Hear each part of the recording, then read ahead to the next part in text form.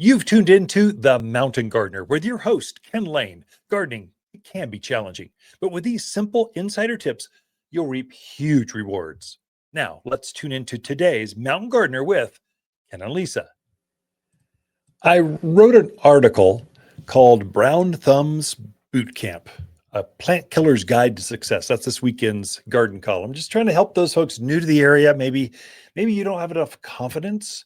I mean, we've all got to start somewhere. We've all started with brown thumbs. The way you learn gardening is by killing things or making mistakes. And then you go, oh, don't do that. Come back here, go over here. And that's why it's so social to be a gardener. We like sharing our war stories and our successes. And so I thought I'd just cover real quick garden zones, because you got to start there, and then frost dates. See if I can get those two things in for you. So garden zones, when you look at a plant tag, it'll say it grows in zone 7.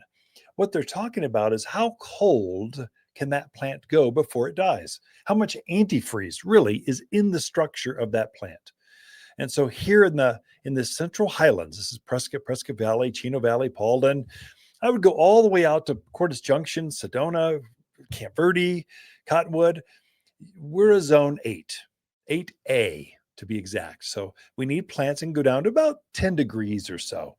We might see 0 freakishly every 10, 15 years, but it's really rare to go into single digits, 10 degrees. That's pretty commonplace for us. We see that often. And so you need plants that can grow that way accordingly. So if you look at zone 8A or 7 or 6 or 5, all those plants are good for us. So the lower the number, the lower the temperature it can handle. If you go up into 8B, 9, 10, 11, 12, that's Phoenix. Those are deserts. Those plants if you look at them with a cold thought, they die. And so you really want to stay away from those plants. Here, those are plants that will be vaporized here as soon as we get frost. They turn to black mush and they lay over on the ground. They go, oh, I'm just frozen. And they are. They had no antifreeze in them. The frost dates, though, when do we start to get frost? So here in Prescott, Arizona property, we've got 176 days of growing season. And if you measure from May 6, that's typically our last frost in spring, to October 29, that's when our first frost is. So we're right on it. Now, last year it was like week of first or second week in November. This year it might be tomorrow. You never know.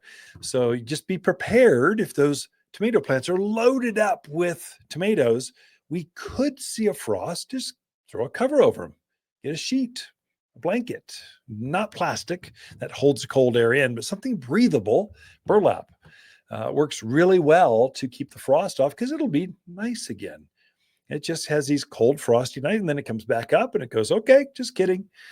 So I've pulled out a lot of my annual flowers, those plants that are zone 12, like Vinca. It's a classic Phoenix plant, loves the heat. It doesn't like the cold, and they were getting yellow. They were blooming, but you could tell wasn't even frost, and they were going, I don't like this. So I ripped them out this week, and I put in pansies and some kale in these big bowls, and it's beautiful.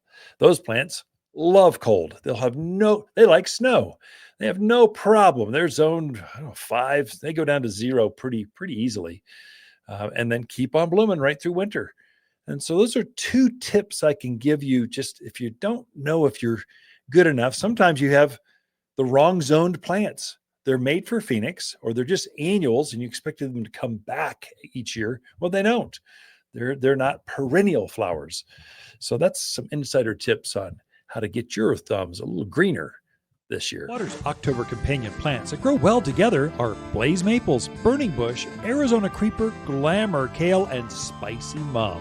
Water's spicy mums are best sellers for super long bloom times and local garden tuck. Spicy mums glow yellow with a halo of fiery orange around each daisy flower. These big, bold perennials are perfectly shaped and add color in autumn when few flowers are in peak blooms. You'll find bright fall flowers here at Waters Garden Center in Prescott. For a more fruitful garden, increased success in the landscape that just feels better, then tune in daily to the Mountain Gardener podcast. Subscribe through your favorite podcast streamer or visit watersgardencenter.com.